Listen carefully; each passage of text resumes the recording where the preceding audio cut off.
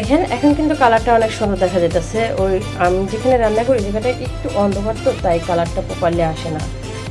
তো কেমন হয়েছে আমার রান্নাটা অবশ্যই আমাকে কমেন্টে জানাবেন। আপনাদের একটা কমেন্টটা আমাদের মানে কাজ করার প্রেরণা জাগে, মনের আনন্দ জাগে।